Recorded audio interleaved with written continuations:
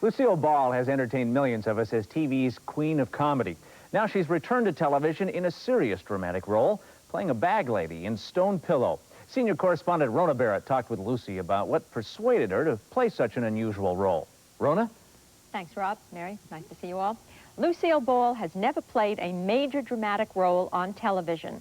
Stone Pillow is her first. The role appealed to her for two reasons. One was the opportunity to work with George Schaefer, the 9-time Emmy winner, who previously directed First You Cry and A War of Children. The second reason was the challenge of a role which was such a departure for her. Pardon me.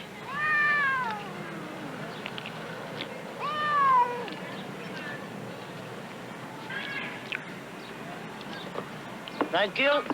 Eat hearty, kid. Have you ever given it any thought why in this very wealthy country we have bag people? Well, you can say that about most any country. Look at Ethiopia. Look at all the countries Yes, that but are. this is the wealthiest country in the world. Not really. One Greek, one Ethiopian, one this, one that. One person has enough wealth in those other countries to take care of the whole country. Let's not get into that. I don't understand politics.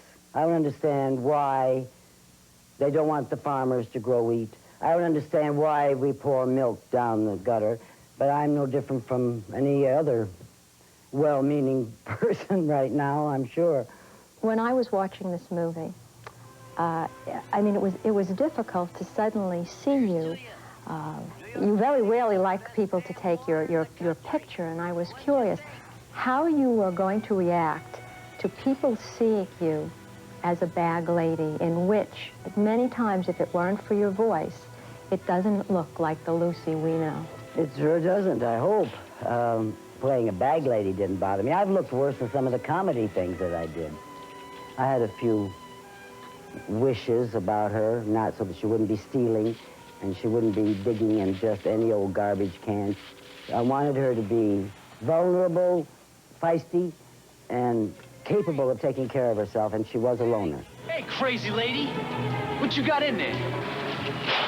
We shot all over New York, out of doors, and no one recognized me. What did that do to you, Lucy? I mean, Left me alone. Just think of the character. I loved it. Yeah, but on another level, you who Didn't really bother me. cannot walk anywhere in the world. Didn't bother me. It really didn't. No, I thought it was very good that the character was there and working for me. Do you ever have any regrets about your legendary status? Regrets about my legendary status? I have to think what that means. Regrets about my legend. What is my legendary status? I mean, you're a bigger-than-life person, and are there moments when you have ever said, perhaps I just wished I was the little girl from the neighborhood that I came from who never became the famous, legendary Lucille Ball? No, I'm very, I think I have a barometer for that, and that's the way my mother was so pleased.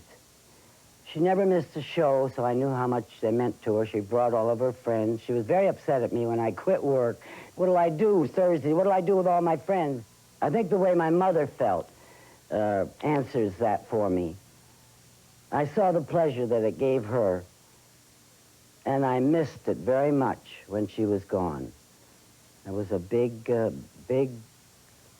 difference then. I wasn't so aware of pleasing one person all the time.